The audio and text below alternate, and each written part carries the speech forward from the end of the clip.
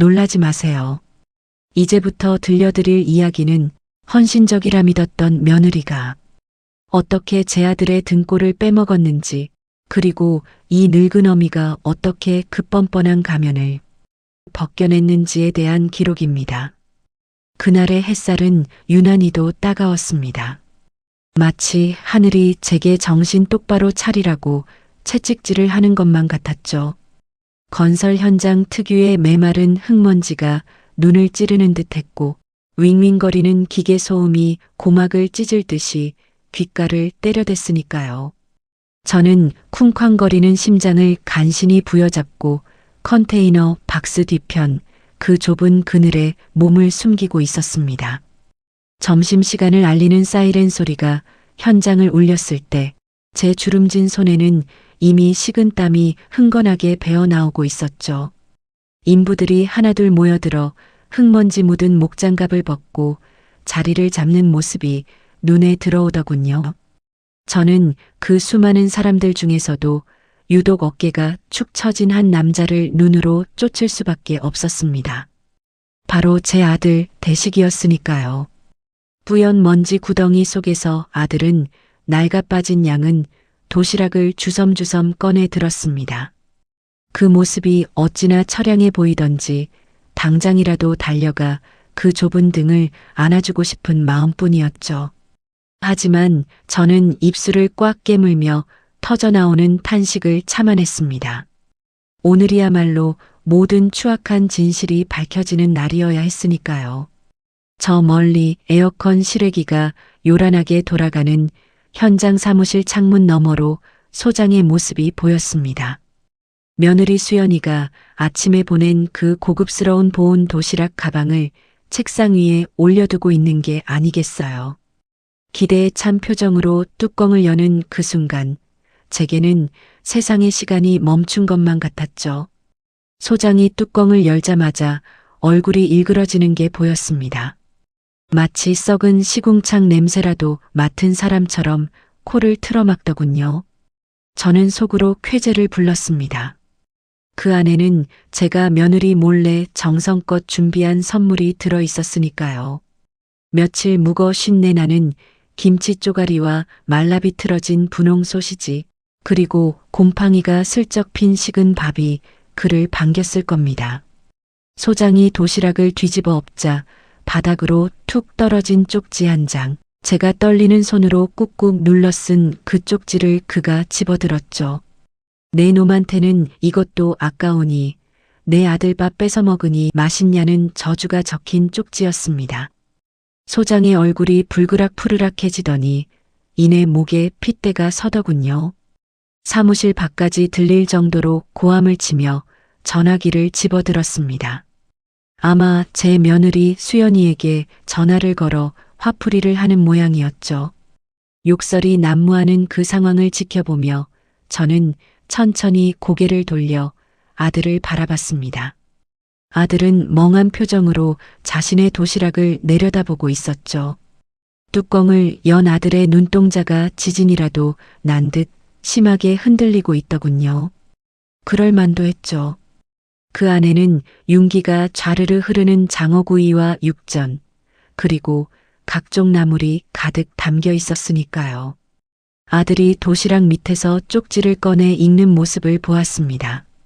많이 힘들지 않냐며 이건 내 마누라가 소장놈한테 바치려던 것이라는 제 글씨를 읽고 있었죠. 그 문구를 읽은 아들의 어깨가 들썩이기 시작했습니다. 젓가락을 쥔 손이 파르르 떨리더니 이내 굵은 눈물방울이 밥 위로 뚝뚝 떨어지더군요. 아들은 울면서 그 장어를 입에 넣었습니다. 꾸역꾸역 마치 슬픔을 삼키듯 씹어넘기는 그 모습을 보며 저 또한 소리 없는 눈물을 흘려야 했죠. 그때였습니다. 헐레벌떡 현장으로 뛰어들어오는 여자의 모습이 보이더군요. 하얗게 질린 얼굴로 달려온 건 다름 아닌 며느리 수연이었습니다.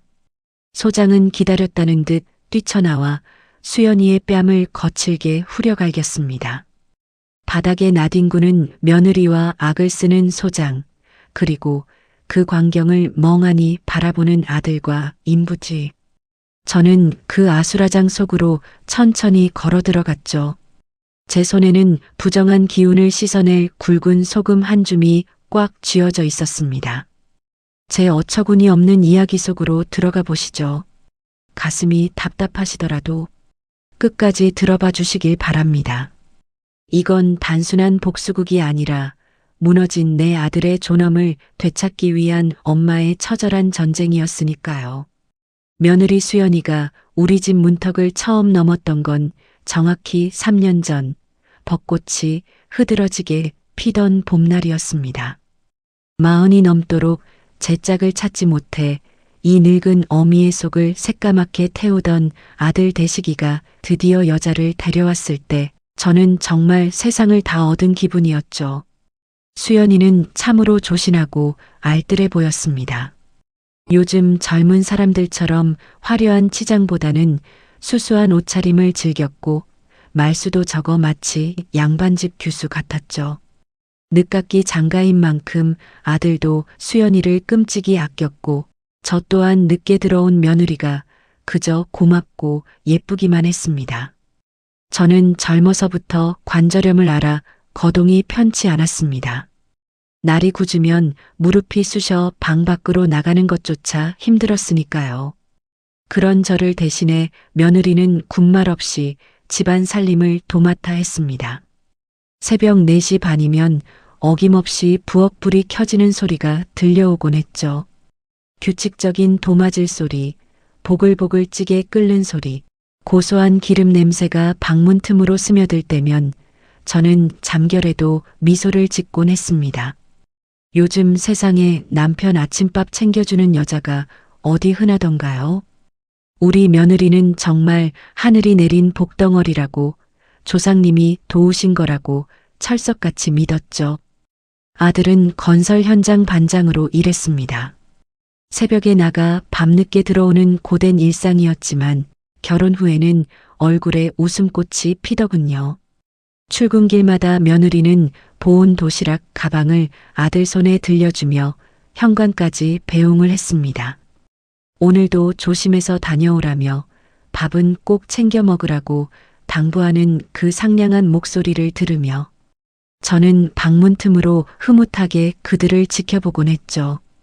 아들이 참 장가 하나는 잘 갔구나 싶어서 안도했습니다.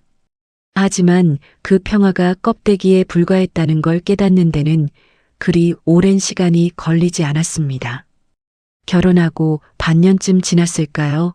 아들의 안색이 날이 갈수록 어두워지는 게 느껴졌죠. 튼튼하던 체격은 점점 말라가고 퇴근하고 돌아오면 파김치가 되어 쓰러지기 일쑤였습니다. 처음에는 현장 일이 고돼서 그러려니 했습니다. 여름엔 땡볕 아래서 겨울엔 칼바람 맞으며 일하는 게 건설 현장이니까요. 하지만 살이 빠져도 너무 빠지는 게 이상하더군요. 마치 영양실조에 걸린 사람처럼 광대뼈가 도드라지기 시작했으니까요. 어느 날 저는 아들을 붙잡고 물었습니다. 어디 아픈 건 아닌지 얼굴이 반쪽이라며 걱정을 쏟아냈죠. 아들은 힘없이 웃으며 고개를 저었습니다. 아니라고 어머니 걱정 마시라며 요즘 현장이 바빠서 좀 피곤한 것뿐이라고 저를 안심시키려 했죠. 저는 다시 물었습니다. 도시락은 잘 챙겨 먹느냐고 수연이가 새벽마다 그렇게 정성스레 싸주는데 맛은 있느냐고요. 아들은 잠시 머뭇거리더니 애매한 대답을 내놓더군요. 정성으로 먹는 거라며 수연이가 고생하는데 투정 부릴 수 없다고 말이죠. 그때는 그 말이 며느리를 감싸주는 남편의 배려인 줄로만 알았습니다. 맛이 좀 없어도 아내가 싸준 거니 참고 먹는다는 뜻으로 받아들였죠. 돌이켜보면 아들의 그 씁쓸한 미소를 그때 알아챘어야 했습니다. 의심의 싹이 튼 건 아주 사소한 계기, 바로 쓰레기통 때문이었습니다. 제가 다리가 아파주로 방에만 있다 보니 며느리가 없을 때 잠깐씩 거실이나 부엌을 둘러보는 게 고작이었죠. 어느 날 며느리가 장을 보러 나간 사이 부엌에서 풍기는 비릿한 냄새를 따라가 보니 쓰레기통 뚜껑이 덜 닫혀 있더군요. 무심코 안을 들여다본 저는 고개를 갸웃할 수밖에 없었습니다. 그 안에는 굵직한 장어뼈와 전복 껍데기가 수북이 쌓여 있었으니까요. 이상했죠. 우리 집 식탁에는 올라온 적 없는 음식들이었거든요. 아들은 생선 가시 발라먹기 귀찮다고 잘 안 먹고 저는 이가 시원찮아 딱딱한 전복은 피하는 편이었습니다. 혹시 며느리가 혼자 먹었나 싶었지만 양이 꽤 많아 보였습니다. 며느리가 돌아왔을 때 넌지시 물어봤습니다. 어디서 장어 냄새가 나는 것 같은데 뭘 해먹었냐고 말이죠. 수연이는 순간 당황한 기색을 보이더니 이내 맑은 얼굴로 대답하더군요. 친정 엄마가 몸보신한다고 좀 보내주셔서 손질만 해드렸다고 가져가서 드신다고 해서 챙겨드렸다고요. 저는 순진하게도 그 말을 믿었습니다. 친정이 가까우니 그럴 수도 있겠다 싶었죠.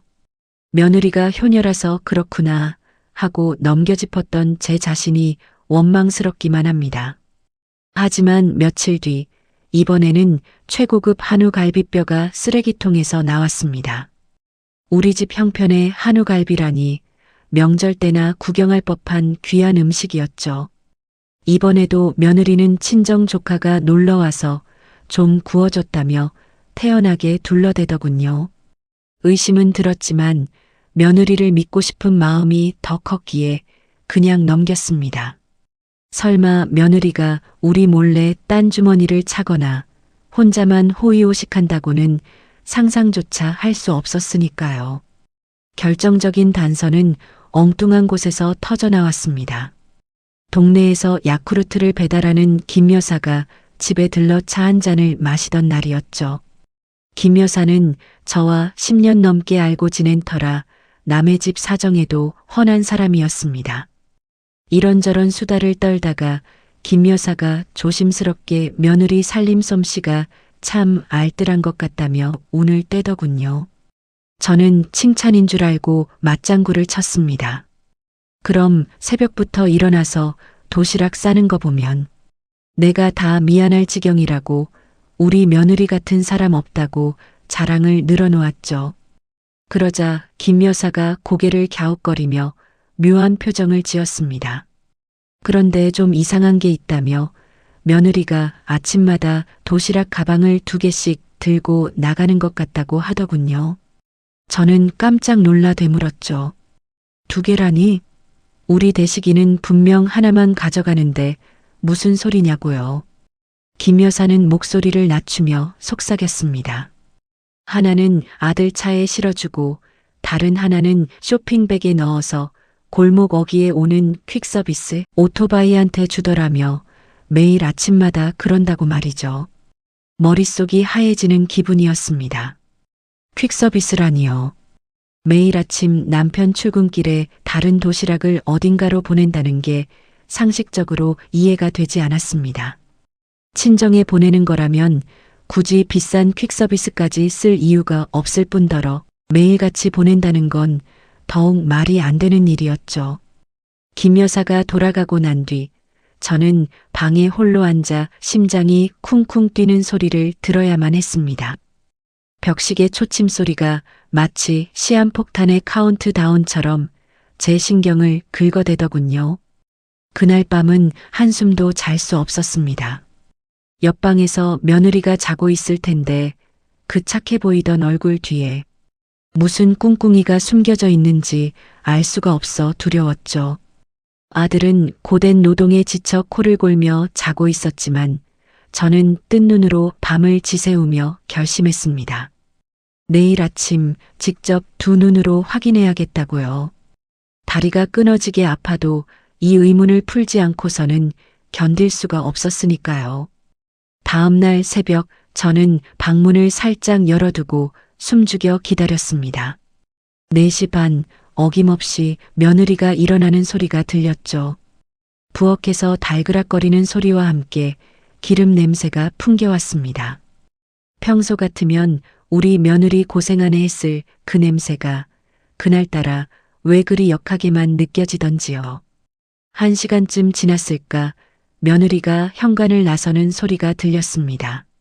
저는 절뚝거리는 다리를 끌고 창가로 다가가 커튼 틈으로 밖을 내다보았죠.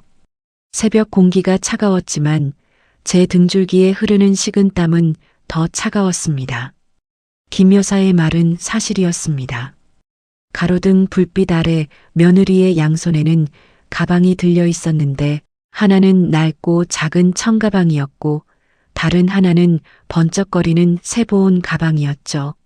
며느리는 작은 가방을 아들 차 뒷좌석에 툭 던져놓고는 큰 가방은 정성스레 쇼핑백에 담아 골목길로 향했습니다. 잠시 후 오토바이 한 대가 멈춰섰고 며느리는 기사에게 쇼핑백을 건네며 환하게 웃더군요. 그 웃음은 아들에게 보여주던 것보다 훨씬 더 교태롭고 밝아 보였습니다. 가슴이 철렁 내려앉았습니다. 저 도시락은 대체 누구에게 가는 걸까요? 그리고 내 아들이 가져가는 저 초라한 가방에는 무엇이 들어 있을까요? 불안감이 엄습해오면서 아들이 그동안 말라가던 이유가 단순히 일이 힘들어서가 아닐지도 모른다는 끔찍한 생각이 들기 시작했죠. 저는 침대로 돌아와 누웠지만 몸은 사시나무 떨듯 부들부들 떨려왔습니다.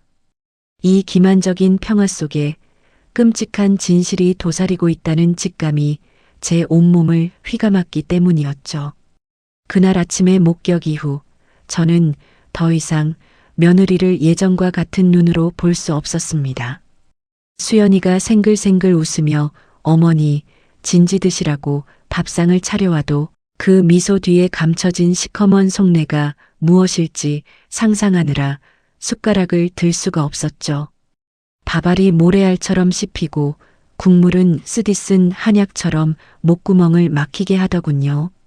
아들은 여느 때처럼 피곤한 얼굴로 밥을 깨작거리다 출근했고 며느리는 그 뒤에서 손을 흔들며 배웅했습니다. 그 가증스러운 연극을 지켜보는 제 속은 이미 새까맣게 타들어 제가 되어가고 있었죠. 저는 당장이라도 며느리 멱살을 잡고 흔들며 묻고 싶었습니다. 내년이 감히 내 아들을 기만하느냐고 소리치고 싶었지만 꼭 참아야 했죠. 섣불리 나섰다가는 오히려 의심 많은 늙은이 취급만 받고 며느리가 증거를 없앨 시간을 줄 수도 있었으니까요. 확실한 물증이 필요했습니다. 아들이 가져가는 도시락과 퀵으로 보내는 도시락, 그 두 개의 실체를 제 눈으로 직접 확인해야만 했습니다. 그래서 저는 아픈 다리를 핑계로 며칠간 물리치료를 받으러 병원에 다녀오겠다며 집을 비우는 척하다가 택시를 잡아 타고 아들의 건설 현장으로 향했습니다. 현장에 도착했을 때 한여름의 뜨거운 태양이 정수리를 사정없이 쪼아대고 있었습니다. 아스팔트에서 올라오는 지열 때문에 숨이 턱턱 막혔지만 저는 멀찍이 떨어진 나무 그늘 벤치에 앉아 점심시간이 되기를 하염없이 기다렸죠. 시간이 얼마나 지났을까요? 사이렌 소리와 함께 인부들이 하나둘 모여들기 시작했습니다.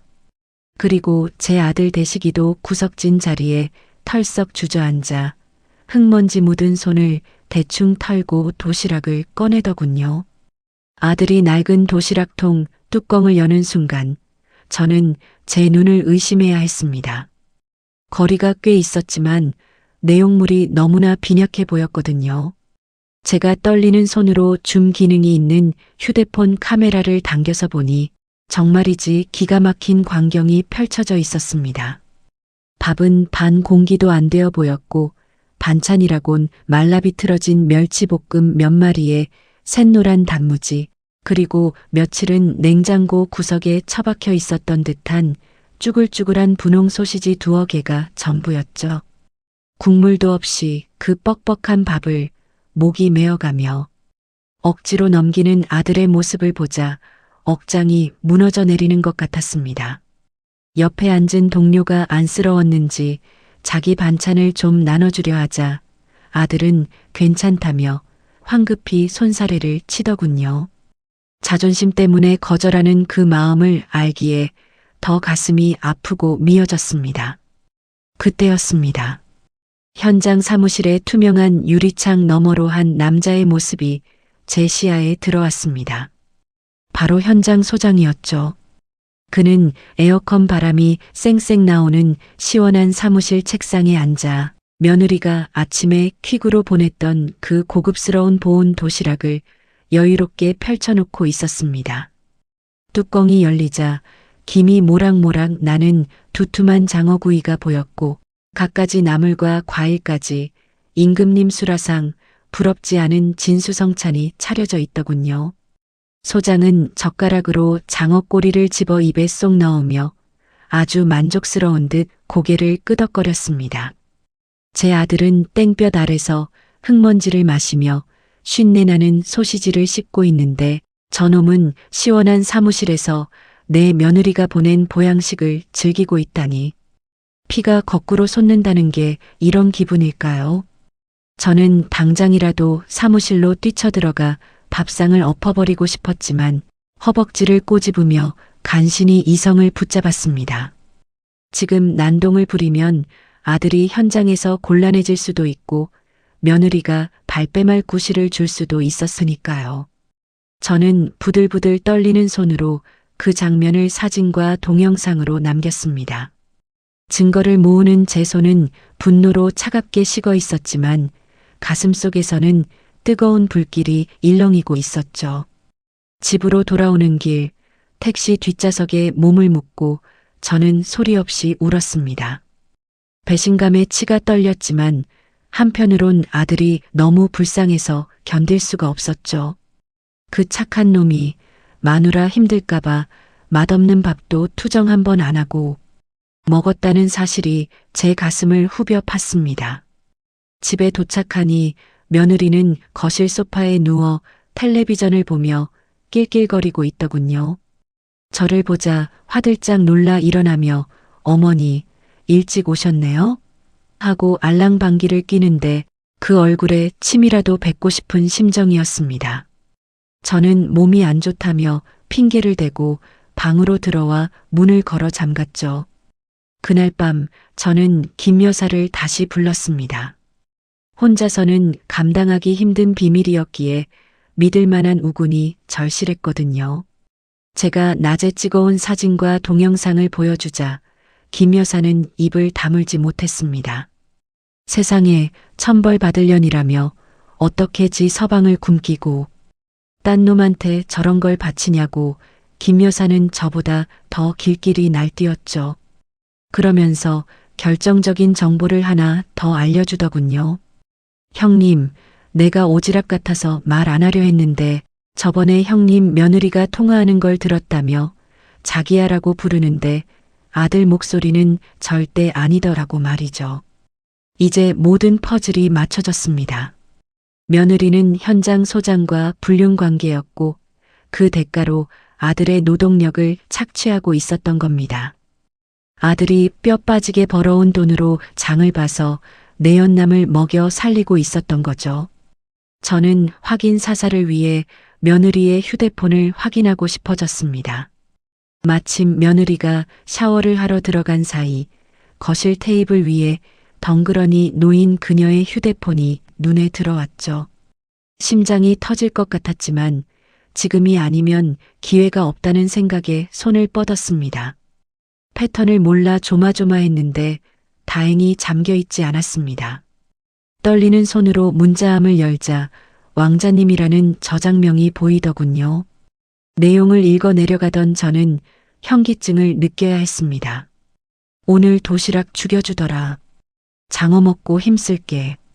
밤에 봐. 소장이 보낸 저질스러운 문자에 며느리는 오빠 맛있게 먹어요. 우리 곰탱이는 눈치도 못 채요. 사랑해요. 라고 답장을 보냈더군요. 곰탱이. 제 귀한 아들을 그들은 그렇게 부르며 비웃고 있었던 겁니다. 더러운 욕망과 기만이 가득 찬 그 문자들을 저는 제 폰으로 일일이 찍어두었습니다. 손이 덜덜 떨려 초점이 나갈 뻔했지만 이를 악물고 한 장 한 장 증거를 남겼죠. 증거는 충분했습니다. 차고 넘쳤죠. 이제 남은 건 복수뿐이었습니다. 하지만 단순히 이혼시키는 것만으로는 성에 차지 않았습니다. 아들이 당한 수모를 똑같이, 아니 몇 배로 갚아주고 싶었죠. 며느리가 가장 공들여 준비한 순간을 망가뜨리고 소장 앞에서 처절하게 개망신을 당하게 해주고 싶었습니다. 그때 머릿속을 스치는 기가 막힌 생각이 하나 떠올랐습니다. 바로 도시락 바꿔치기였죠. 며느리가 소장에게 보낼 정성 가득한 도시락을 아들에게 먹이고 아들에게 주려던 쓰레기 같은 밥을 소장에게 보내는 것. 상상만 해도 통쾌해서 웃음이 나올 지경이었습니다. 저는 김 여사와 머리를 맞대고 구체적인 계획을 세우기 시작했죠. 김 여사는 흔쾌히 돕겠다고 나섰습니다. 형님, 내가 망 봐줄게. 퀵 기사 오면 내가 말 걸면서 시간 끌 테니까 그때 바꿔치기 하라고요. 디데이는 소장의 생일날로 잡았습니다. 문자 내용을 훔쳐보니 며느리가 소장 생일에 특별 보양식을 준비하겠다고 난리를 치고 있었거든요. 저는 다음날 시장으로 가서 며느리가 쓰는 것과 똑같은 모양의 보온 도시락 통을 사왔습니다. 그리고 아들의 낡은 양은 도시락 통과 비슷한 것도 하나 더 구해뒀죠.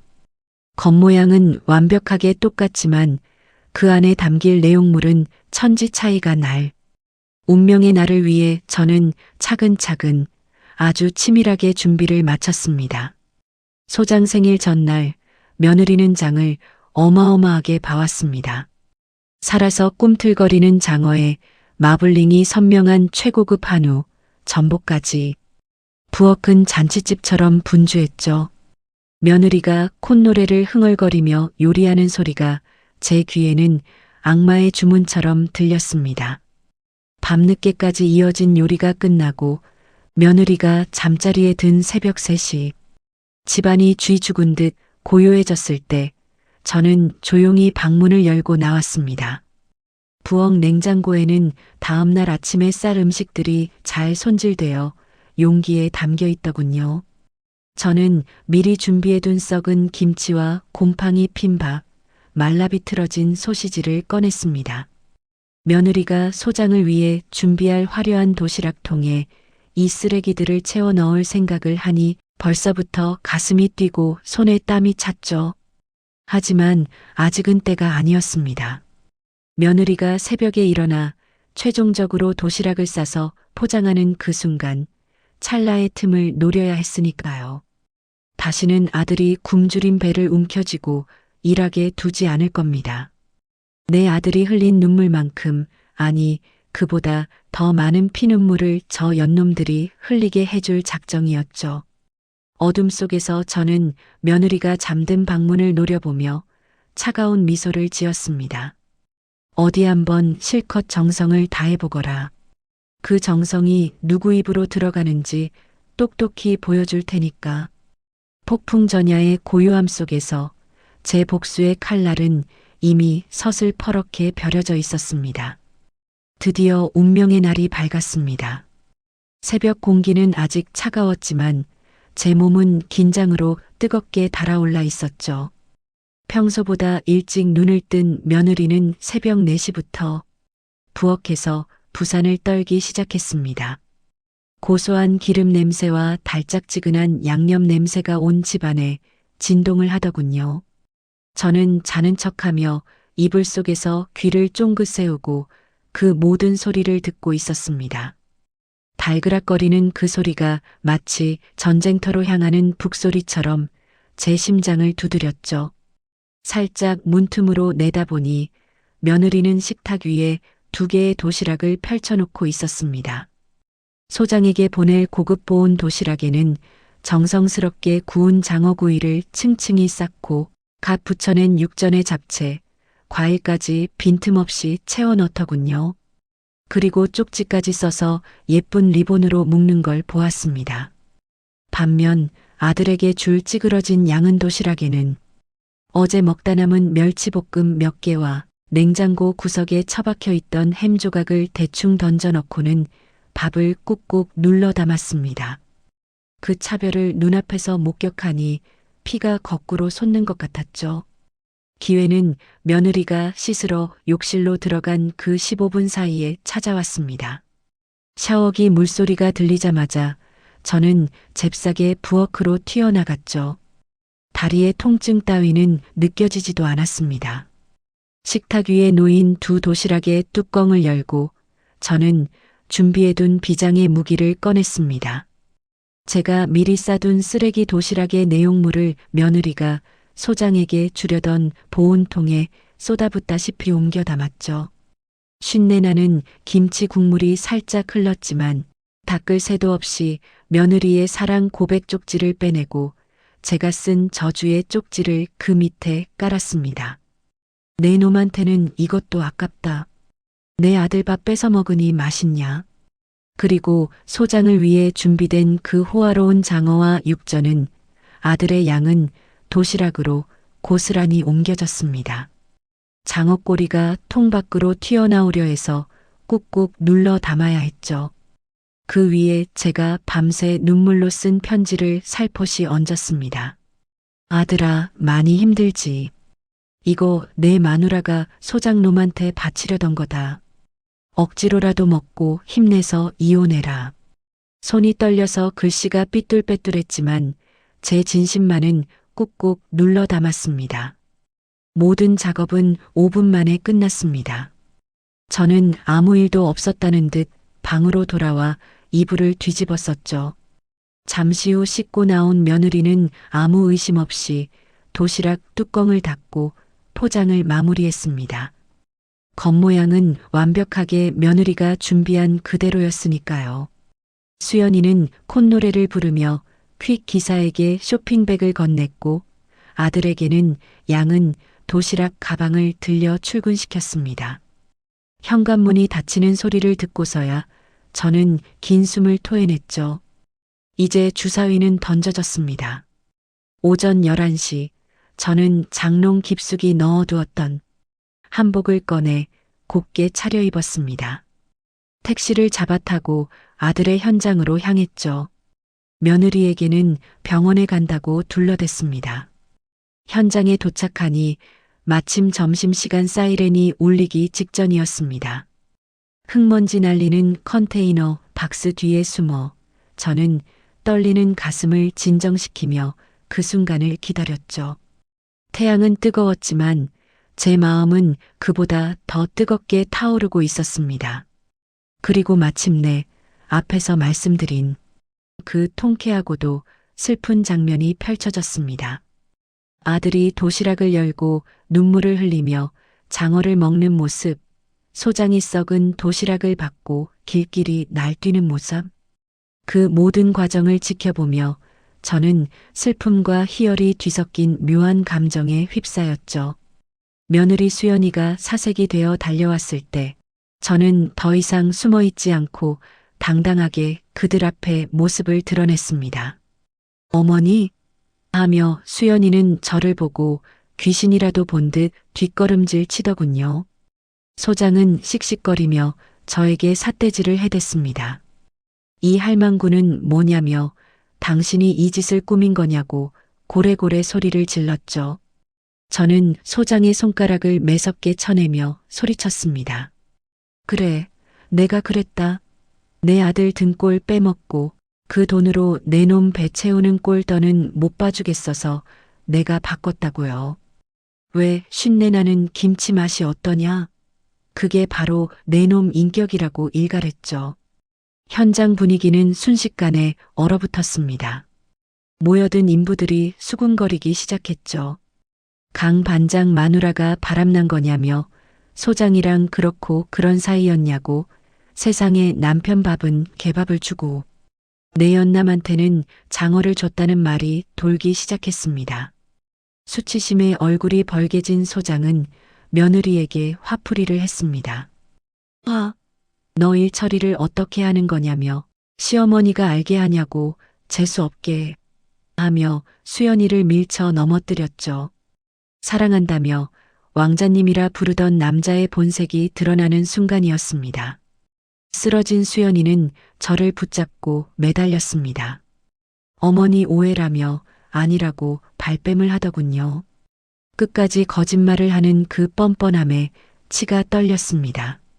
저는 가방에서 미리 준비해온 굵은 소금을 꺼내 며느리의 얼굴에 착 뿌렸습니다. 하얀 소금 알갱이가 그녀의 머리카락과 옷에 튀었죠. 오해? 내 눈으로 똑똑히 봤다. 새벽마다 2개씩 도시락 싸서 나르는 거, 문자질하는 거 다 봤어. 어디서 시어미를 속이려 드냐고 호통을 쳤습니다. 그때 묵묵히 장어를 씹어 삼키던 아들이 자리에서 일어났습니다. 도시락통을 바닥에 내려놓은 아들은 천천히 우리 쪽으로 걸어왔죠. 아들의 눈은 붉게 충혈되어 있었지만 표정만은 그 어느 때보다 차가웠습니다. 수연이가 아들의 바짓가랑이를 잡으며 애원했죠. 여보, 나 좀 믿어달라며 어머니가 노망나셔서 그러는 거라고 말도 안 되는 소리를 해댔습니다. 아들은 수연이의 손을 매몰차게 뿌리쳤습니다. 그리고 주머니에서 휴대폰을 꺼내더니 녹음된 음성 파일을 틀었죠. 그 안에서는 수연이가 퀵 기사에게 이거 소장님한테 가는 거니까 조심히 배달해 주세요. 우리 남편 거랑 헷갈리시면 안 돼요라고 말하는 목소리가 흘러나왔습니다. 김 여사가 아침에 몰래 녹음해준 결정적인 증거였죠. 현장의 모든 사람들이 그 목소리를 똑똑히 들었습니다. 더 이상 변명하지 말라고 아들의 목소리는 낮게 깔렸지만 그 안에 담긴 분노는 활화산 같았습니다.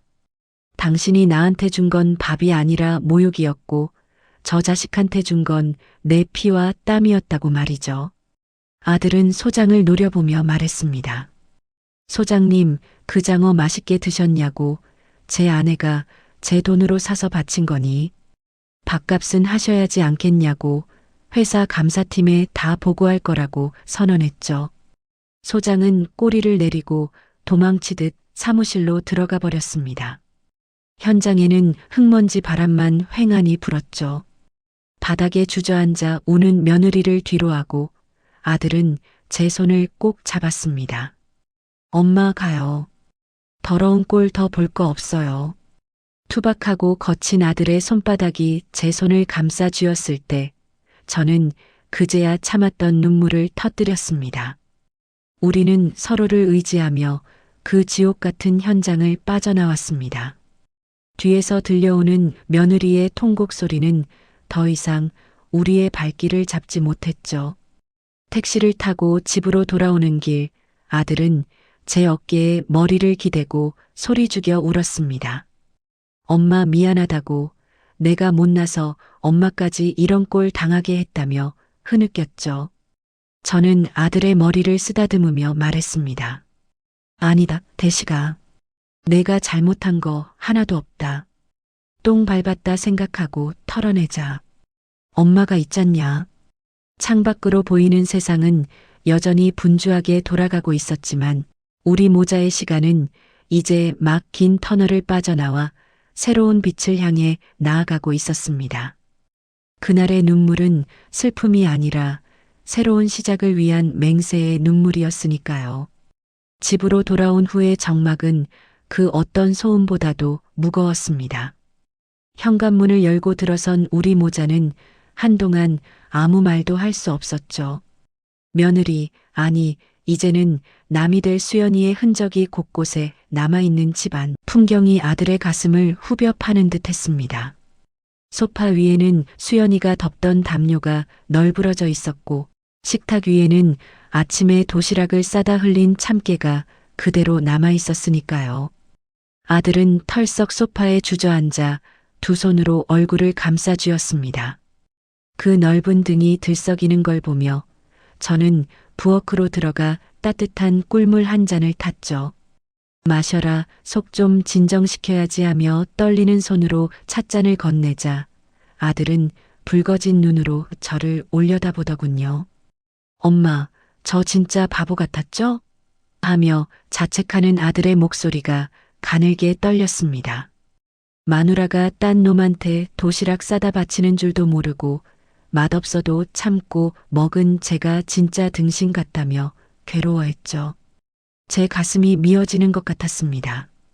그런 말 말라고, 사람 믿은 게 죄는 아니지 않냐고, 배신한 년이 나쁜 거지 내가 왜 바보냐고 아들의 손을 잡고 다독였지만 아들의 상처가 쉽게 아물지 않을 거란 걸 알았죠.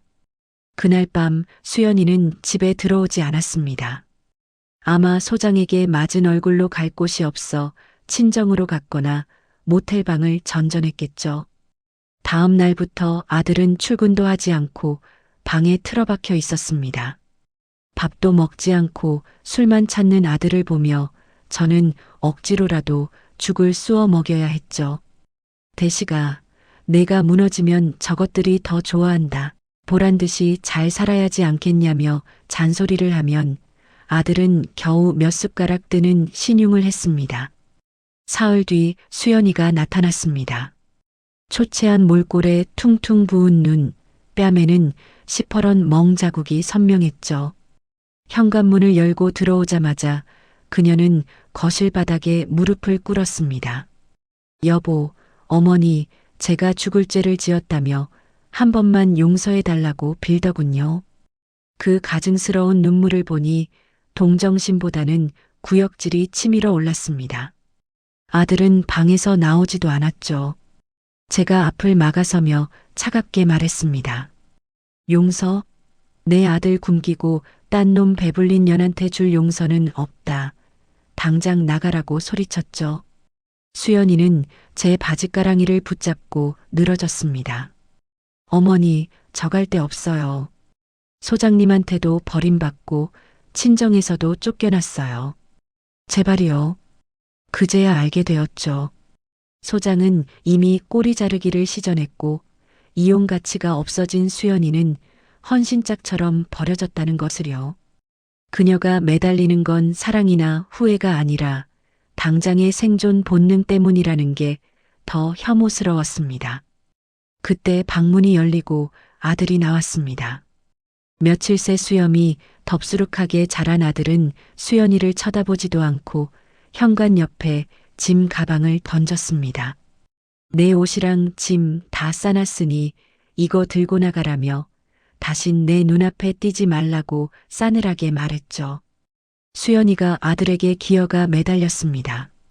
여보, 내가 잠깐 미쳤었나 봐. 당신밖에 없어. 우리 좋았잖아 하며 뻔뻔하게 굴었죠. 아들은 혐오스럽다는 듯 발을 뺐습니다. 좋았던 기억? 내가 소장놈한테 장어 먹여줄 때 난 쉰네. 나는 햄 조각 씹고 있었다며 그 기억밖에 안 남았으니 꺼지라고 소리쳤습니다. 결국 수연이는 쫓겨나듯 집을 나갔습니다. 문이 닫히고 도어록이 잠기는 소리가 들리자 집안의 공기가 한결 가벼워진 것 같았죠. 하지만 텅 빈 집안만큼이나 아들의 마음도 텅 비어버린 듯 했습니다. 이혼 소송은 일사천리로 진행되었습니다. 며느리의 귀책 사유가 너무나 명백했고 증거도 차고 넘쳤으니까요. 위자료는커녕 재산 분할도 거의 못 받고 쫓겨난 꼴이 되었죠. 소장 역시 회사 감사팀에 불려가 징계를 받고 해고당했다는 소문이 들려왔습니다. 인과응보였지만 그렇다고 아들의 상처가 없던 일이 되는 건 아니었죠. 한동안 우리는 조용히 지냈습니다. 저는 아들의 건강을 되찾아주기 위해 매일 정성껏 밥상을 차렸습니다. 더 이상 쓰레기통에 장어뼈가 나올 일도 없었고 퀵서비스 오토바이 소리에 가슴 졸일 일도 없었으니까요. 제가 직접 시장에서 장어를 사다가 굽고 사골을 고아 먹이며 아들을 보살폈습니다. 엄마의 밥을 먹으며 아들은 조금씩 살이 오르고 얼굴색도 돌아오더군요. 어느 날 저녁 밥을 먹던 아들이 숟가락을 내려놓으며 말했습니다. 엄마, 밥이 너무 맛있어요. 평범한 말이었지만 그 안에 담긴 진심이 느껴져 코끝이 찡해졌죠. 그래, 많이 먹어라. 엄마가 평생 해줄게 하며 웃어 보였습니다. 그러자 아들이 눈을 반짝이며 제안을 하나 하더군요. 엄마, 우리 반찬 가게 해보는 거 어때요? 엄마 솜씨면 대박 날 것 같은데 저도 현장 일 그만두고 엄마 돕고 싶다고요. 이제 그쪽 바닥은 쳐다보기도 싫다면서 말이죠. 솔깃한 제안이었습니다. 저도 솜씨 하나는 자신 있었고 무엇보다 아들과 함께 무언가를 새로 시작한다는 게 희망적으로 들렸으니까요. 우리는 아들의 퇴직금을 털어 시장 근처에 작은 가게를 얻었습니다. 간판 이름은 엄마 손맛 도시락이라고 지었죠. 인테리어는 아들이 직접 목공 실력을 발휘해 깔끔하게 꾸몄습니다. 개업 첫날 우리는 시루떡을 돌리며 동네 사람들에게 인사를 다녔습니다. 우리의 주력 메뉴는 당연히 도시락이었습니다. 편의점 도시락에 질린 사람들을 위해 집밥처럼 따뜻하고 정성 가득한 반찬을 담았죠. 저는 새벽부터 일어나 나물을 무치고 생선을 구웠습니다. 다리는 좀 아팠지만 내 아들과 함께 일한다는 기쁨에 힘든 줄도 몰랐죠. 아들은 오토바이를 타고 배달을 다녔습니다. 성실하고 인사성 밝은 아들 덕분에 금세 단골이 늘어났죠. 특히 인기 메뉴는 장어덮밥 도시락이었습니다. 며느리가 소장에게 바치려던 그 메뉴를 우리는 당당하게 손님들에게 팔았죠. 아이러니하게도 그 메뉴가 우리 가게의 효자 상품이 되었습니다. 손님들은 이 집 장어는 정말 실하다며 어머니 손맛이 최고라고 엄지손가락을 치켜 세웠습니다. 아들은 배달을 다녀와서 땀을 닦으며 말하곤 했죠. 엄마, 오늘 주문 폭주라며 저놈들이 우리를 살린다고 농담을 던졌습니다. 우리는 서로를 보며 크게 웃었죠. 가게는 날로 번창했습니다. 점심시간이면 줄을 서서 기다릴 정도였죠. 바빠진 탓에 아르바이트생도 구해야 했습니다. 싹싹한 여대생이 들어와 일을 도왔는데 가게 분위기가 한층 밝아졌죠. 아들도 예전의 그늘을 벗어던지고 활기찬 모습을 되찾았습니다. 배달을 나가며 다녀오겠습니다. 하고 외치는 아들의 목소리에 힘이 실려 있었죠. 가끔 밤에 가게 문을 닫고 정산을 할 때면 우리는 지난날의 아픔을 이야기하곤 했습니다. 그때 엄마가 도시락 안 바꿔치기 했으면 어쩔 뻔했냐고. 아들이 농담처럼 말하면 저는 그럼 넌 평생 곰팡이 핀밥이나 먹고 살았겠지 하고 받아쳤죠. 이제는 그 끔찍했던 기억조차 웃으며 이야기할 수 있을 만큼 우리는 단단해져 있었습니다. 무너진 성터 위에 우리는 더 튼튼하고 따뜻한 우리만의 집을 지어 올린 셈이었죠. 그렇게 1년이 지났을 무렵 가게에 낯선 손님이 찾아왔습니다. 처음에는 누군지 몰라봤는데 자세히 보니 소장이었습니다. 말끔했던 양복 대신 낡은 점퍼를 입고 술에 찌든 모습이었죠. 그는 쭈뼛거리며 들어와 도시락 하나를 주문했습니다. 아들이 카운터에서 그를 알아보고 굳은 표정으로 서 있더군요. 소장은 아들을 보더니 황급히 고개를 숙였습니다. 미안하네, 강 반장. 내 꼴이 이래서 하며 말끝을 흐리더군요. 아들은 잠시 망설이더니 주방을 향해 외쳤습니다. 엄마, 여기 장어 도시락 하나 특으로 주세요. 저는 아들의 뜻을 알아차리고 묵묵히 도시락을 쌌습니다. 가장 크고 실한 장어를 구워 담았죠. 아들은 도시락을 소장에게 건네며 말했습니다. 돈은 됐으니 이거 드시고 정신 차리시라고, 그리고 다신 오지 마시라고 단호하게 말했죠. 소장은 떨리는 손으로 도시락을 받아들고 도망치듯 나갔습니다. 그 뒷모습을 보며 아들은 씁쓸하게 웃었죠. 복수는 저렇게 하는 게 더 멋진 것 같다고요. 저는 그런 아들이 너무나 자랑스러웠습니다. 계절이 2번 바뀌고 가게 앞 가로수에는 벚꽃이 흐드러지게 피었습니다. 가게는 이제 동네 맛집으로 완전히 자리를 잡았죠. 우리 모자는 눈코 뜰 새 없이 바쁜 나날을 보냈습니다. 몸은 고되었지만 통장에 차곡차곡 쌓이는 돈과 손님들의 웃음이 우리의 피로회복제였죠. 아들은 이제 어엿한 사장님 포스가 났습니다. 주방과 홀, 배달을 오가며 척척 일을 해내는 모습이 참 듬직했죠. 그러던 어느 날 단골 손님 중에 유독 눈에 띄는 아가씨가 있었습니다. 근처 은행에서 근무한다는 지은 씨였는데 일주일에 서너 번은 꼭 우리 가게에 들러 도시락을 사갔죠. 항상 밝은 목소리로 어머니, 오늘도 반찬이 너무 맛있다며 인사하는 모습이 참 예뻐 보였습니다. 그런데 가만 보니 이 아가씨의 시선이 자꾸 제 아들에게 머무는 게 느껴지더군요. 아들이 배달을 마치고 들어올 때면 얼굴이 발그레해지면서 수줍게 인사를 건네는 겁니다.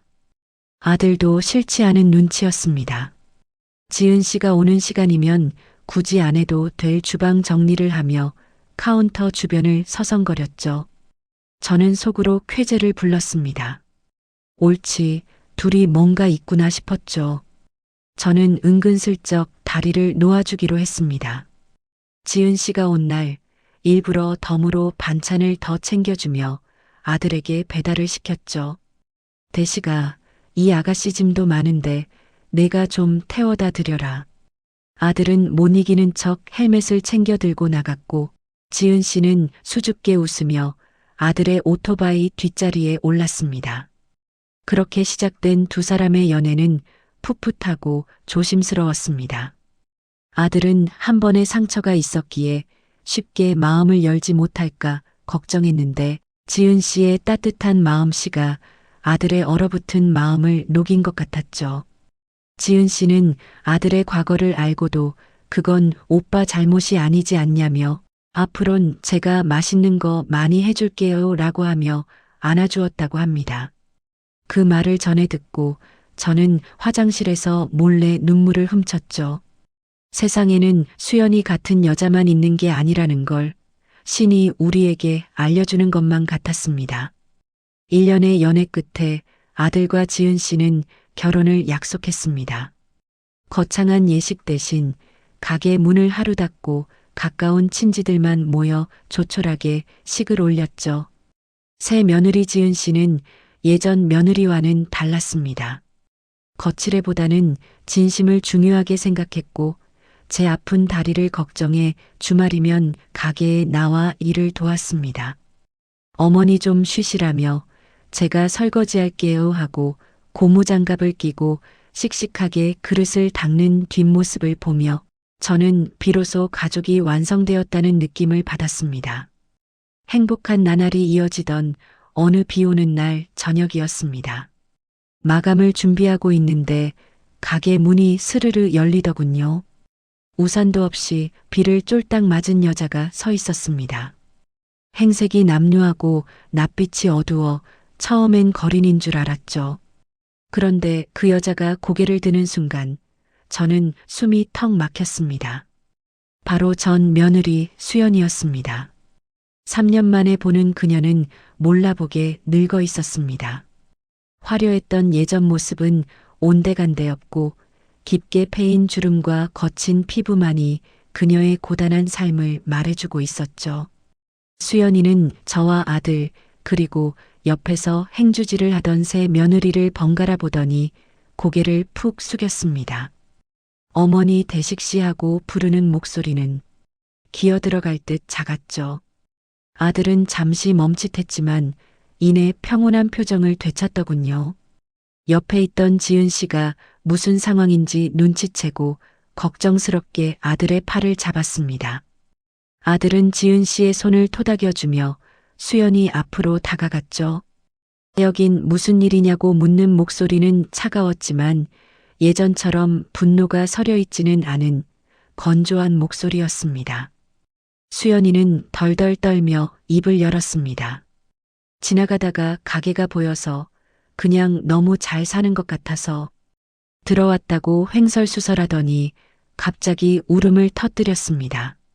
잘못했다며 제가 정말 미친년이었다고 그때 어머니 말씀대로 천벌을 받았나 보다며 하소연을 시작했죠. 소장에게 버림받고 사기도 당하고 식당 일을 전전하며 근근히 살고 있다는 그녀의 넋두리가 한참이나 이어졌습니다. 저는 그 모습을 보며 묘한 감정이 들었습니다. 통쾌할 줄 알았는데 오히려 측은지심이 들더군요. 하지만 그건 용서와는 다른 감정이었습니다. 그저 한때 가족이었던 사람이 망가진 것에 대한 인간적인 연민일 뿐이었죠. 아들은 한숨을 내쉬더니 주방으로 들어가 따뜻한 국밥 한 그릇을 말아왔습니다. 그리고 봉투에 현금 얼마를 넣어서 내밀었죠. 이거 먹고 이 돈 가지고 가라며 그리고 다시는 오지 말라고 했습니다. 우린 이제 남남이고 너도 내 인생 살라고 단호하게 말했죠. 수연이는 국밥을 허겁지겁 먹으며 눈물을 뚝뚝 흘렸습니다. 밥알과 눈물이 뒤섞인 그 밥을 다 비운 후 그녀는 봉투를 쥐고 90도로 인사를 했습니다. 고맙다며 정말 고맙다고 행복하라고 말하고는 빗속으로 사라졌죠. 그게 우리가 본 수연이의 마지막 모습이었습니다. 수연이가 떠난 후 새 며느리 지은 씨가 아들에게 괜찮냐고 물었습니다. 아들은 지은 씨를 안아주며 말했습니다. 응, 이제 정말 다 끝난 것 같다고 내겐 당신이 있지 않냐고 말이죠. 그 모습을 보며 저는 안도의 한숨을 내쉬었습니다. 과거의 망령은 이제 완전히 사라졌고 우리 앞에는 밝은 미래만 남아있다는 확신이 들었으니까요. 몇 달 뒤 기쁜 소식이 찾아왔습니다. 지은 씨가 임신을 한 겁니다. 병원에서 초음파 사진을 보여주며 어머니 손주예요. 라고 말할 때 저는 덩실덩실 춤이라도 추고 싶었습니다. 아들은 예비 아빠가 되었다며 싱글벙글 입이 귀에 걸렸고 가게 손님들에게 떡을 돌리며 자랑하기 바빴죠. 손주가 태어나던 날 분만실 밖에서 기다리던 시간은 제 인생에서 가장 긴 시간이었습니다. 응애 하는 힘찬 울음소리가 들려왔을 때 저는 아들을 붙잡고 펑펑 울었습니다. 갓 태어난 핏덩이를 품에 안아보니 그 조그만 손가락이 제 손가락을 꼭 쥐더군요. 그 따스한 온기가 말해주는 것 같았습니다. 할머니 고생하셨다고 이제 행복하기만 하시라고요. 가게는 더욱 번창하여 2호점까지 내게 되었습니다. 엄마 손맛 도시락은 이제 우리 동네의 자랑거리가 되었죠. 저는 이제 주방 일선에서는 조금 물러나 카운터를 보거나 손주를 돌보는 일을 주로 합니다. 가끔 가게에 나와 앉아 있으면 밥을 먹으러 온 손님들이 인사를 건넵니다. 할머니 정말 보기 좋다며 아드님 내외랑 3대가 같이 하시는 거 부럽다고요. 그러면 저는 흐뭇하게 웃으며 대답하죠. 그럼요. 이게 다 사람 사는 맛 아니겠냐고요. 가끔 예전 일을 생각하면 꿈만 같습니다. 지옥 같았던 배신과 절망의 시간들이 있었기에 지금의 이 평범한 행복이 얼마나 소중한지 깨닫게 된 거겠죠. 비 온 뒤에 땅이 굳는다는 말처럼 우리 가족은 시련을 겪으며 더욱 단단해졌습니다. 이제는 장어를 굽는 냄새를 맡아도 화가 나지 않습니다. 오히려 그 냄새가 우리 가족을 살린 구원투수처럼 느껴지니까요. 오늘도 가게 문을 열며 하루를 시작합니다. 아들은 육수를 끓이고 며느리는 반찬을 담고 저는 손주를 업고 가게 앞을 씁니다. 평범하고 소박한 이 일상이 제게는 그 어떤 보석보다 빛나는 보물입니다. 이제 더 바랄 게 없습니다. 이 행복이 오래오래 이어지기만을 저 하늘에 계신 조상님께 빌고 또 빌 뿐이죠. 오늘도 새벽 4시면 어김없이 눈이 떠집니다. 나이가 들어 잠이 줄어든 탓도 있겠지만 이제는 기분 좋은 습관이 되어버린 탓이죠. 부엌으로 나가 쌀을 씻고 육수를 안치는 이 시간이 저는 참 좋습니다. 보글보글 찌개 끓는 소리, 도마 위에서 칼이 춤추는 소리, 이 모든 것이 우리 가족이 살아있다는 증거 같아서요. 예전에는 며느리 눈치 보느라 숨죽여 있던 서러운 새벽이었지만 이제는 제가 주인인 저만의 시간이니까요. 가게에 나가면 제일 먼저 장어를 손질합니다. 미끈거리는 장어를 능숙하게 잡아 배를 가르고 뼈를 발라내죠. 숯불 위에 올리면 치익하는 소리와 함께 고소한 냄새가 피어오릅니다. 노릇노릇하게 구워진 장어에 특제 양념을 바르면 윤기가 자르르 흐르죠. 이 장어구이가 한때는 제 아들의 가슴에 대못을 박았던 아픈 음식이었지만 이제는 우리 가족을 먹여 살리는 효자 노릇을 톡톡히 하고 있습니다. 인생이란 참 알다가도 모를 일이죠? 독이 약이 된다는 말이 딱 이럴 때 쓰는 말인가 봅니다. 점심시간이 되면 가게는 인근 공사장 인부들과 직장인들로 북새통을 이룹니다. 이모, 여기 장어 도시락 2개 달라며 할머니, 오늘은 겉절이가 예술이라며 여기저기서 들려오는 활기찬 목소리에 저는 힘든 줄도 모르고 서빙을 하죠. 가끔 땀을 뻘뻘 흘리며 밥을 먹는 젊은 인부들을 볼 때면 예전 제 아들 모습이 겹쳐 보여 밥 한 공기라도 더 꾹꾹 눌러 담아주곤 합니다.